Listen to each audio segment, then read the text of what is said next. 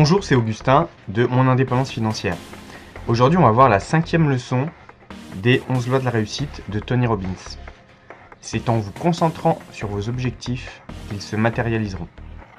Bien des gens désirent changer leur perception des choses, mais ils ne savent pas comment s'y prendre. La façon la plus rapide de modifier votre perception des événements, c'est de changer les pensées sur lesquelles vous vous concentrez. Si vous vouliez vous sentir déprimé à l'instant même, cela serait relativement facile, n'est-ce pas ? Tout ce que vous auriez à faire, c'est de penser à un événement douloureux de votre passé et de concentrer toute votre attention sur cette pensée. En y pensant assez longtemps, vous vous sentirez à nouveau déprimé, comme quand l'événement s'est produit naguère. Voilà qui est parfaitement ridicule. Regarderiez-vous le même film minable plusieurs fois de suite ? Certainement pas. Alors pourquoi regarder un mauvais film dans votre esprit ? Cette expérience démontre clairement qu'il est très facile de se laisser aller à des sentiments négatifs, et à quel point il est important de contrôler les pensées sur lesquelles vous vous concentrez. Même si vous vivez des moments pénibles, vous devez vous concentrer sur ce que vous pouvez faire, sur ce que vous pouvez contrôler. Par contre, si vous voulez éprouver immédiatement un sentiment de bien-être, cela vous serait tout aussi facile, n'est-ce pas ? Vous pourriez vous concentrer sur un événement qui vous a rendu heureux, qui vous avait fait éprouver des sentiments positifs à l'égard de votre famille ou de vos amis, ou envers vous-même. Vous pourriez vous concentrer sur un bienfait de la vie dont vous êtes reconnaissant aujourd'hui. Vous pourriez vous concentrer sur l'avenir avec une telle intensité que vous en éprouveriez d'avance un sentiment de joie intense. Cela vous donnerait l'énergie nécessaire pour mettre les choses en branle. Permettez-moi de vous donner un exemple simple. Imaginons que vous assistez à une réception et que vous apportez un caméscope. Pendant la soirée, vous braquez cette caméra vidéo sur le coin gauche de la pièce où se trouve un couple en pleine dispute. Étant donné que votre objectif est fixé sur eux, vous pourriez facilement vous sentir affecté par leur colère et leur tristesse. Étant donné que vous concentrez votre attention sur leur rage, vous êtes probablement en train de penser « Quel couple lamentable, quelle réception lamentable !» Que se serait-il produit si, au cours de cette même soirée, vous aviez concentré votre attention sur le coin droit de la pièce ?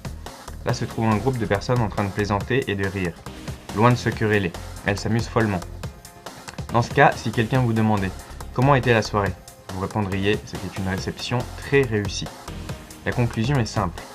Les gens peuvent prêter attention à un nombre infini de choses, mais beaucoup d'entre nous choisissons de nous concentrer sur ce qui est épouvantable, sur ces facteurs qui échappent à notre contrôle.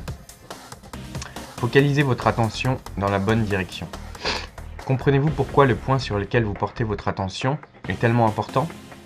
Cela contrôle votre façon de percevoir le monde ainsi que les actes que vous posez. Pensez-vous que cela contrôle également les sentiments que vous éprouvez ? Il n'y a aucun doute là-dessus. Votre centre d'attention peut littéralement vous sauver la vie. L'un de mes passe-temps préférés est la course automobile. Je n'oublierai jamais la principale leçon que j'ai apprise alors que je suivais des cours dans une école pour pilote de voitures de course.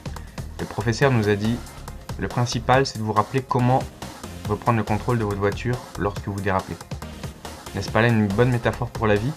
Nous avons parfois l'impression de déraper et nous nous sentons incapables de reprendre les commandes de notre existence. Le secret est très simple, continua le professeur. La majorité des gens se concentrent sur leur peur lorsque la voiture dérape. Ils voient le mur sur lequel ils risquent de s'écraser. Vous devez plutôt vous concentrer sur l'endroit où vous voulez mener votre voiture. Je suis sûr que vous avez déjà entendu parler de gens qui se baladent sur une route de campagne dans leur voiture sport et qui perdent soudain le contrôle du volant. Il n'y a qu'un poteau téléphonique dans un rayon de plusieurs kilomètres et ils réussissent malgré tout à s'écraser dessus. Pourquoi ? Car dès qu'ils perdent le contrôle de leur véhicule, les gens se concentrent précisément sur ce qu'ils cherchaient à éviter et ils établissent ainsi une connexion avec l'objet en question. Vous devez comprendre que l'on se rapproche toujours de notre centre d'attention. L'instructeur m'a dit « Nous allons utiliser une voiture spécialement conçue pour les dérapages. Il y a un ordinateur à bord et lorsque je pousserai sur le bouton, votre roue quittera le sol et la voiture commencera à déraper. Au moment du dérapage, ne regardez pas le mur. Concentrez votre attention sur l'endroit où vous voulez mener la voiture. » Aucun problème, lui dis-je, j'ai compris. La première fois que nous prîmes la route, l'instructeur appuyait sur le bouton. Soudain, la voiture se mit à déraper. Sur quoi ai-je porté mon regard, d'après vous ? Parfaitement, sur le mur. Pendant les dernières secondes qui me séparaient du mur, j'étais littéralement terrifié car je savais que j'allais m'écraser dessus. Mais l'instructeur me saisit la tête et la tourna vers la gauche, ce qui me força à regarder dans la bonne direction. La voiture continuait à déraper et je savais que nous allions droit vers la collision, mais je fus forcé de regarder dans la direction où il avait placé mon visage. Et bien entendu, dès que je me concentrais sur la bonne direction, je réussis automatiquement à braquer le volant et à rectifier la trajectoire de la voiture. Je puis éviter l'accident de justesse. Vous pouvez facilement imaginer mon soulagement. Voici la leçon à tirer de tout ceci. En général, quand on change son point de mire, on ne réussit pas immédiatement à changer de direction.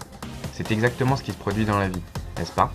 Il y a souvent un temps mort entre le moment où vous changez votre centre d'attention et le moment où vous commencez à obtenir enfin des résultats.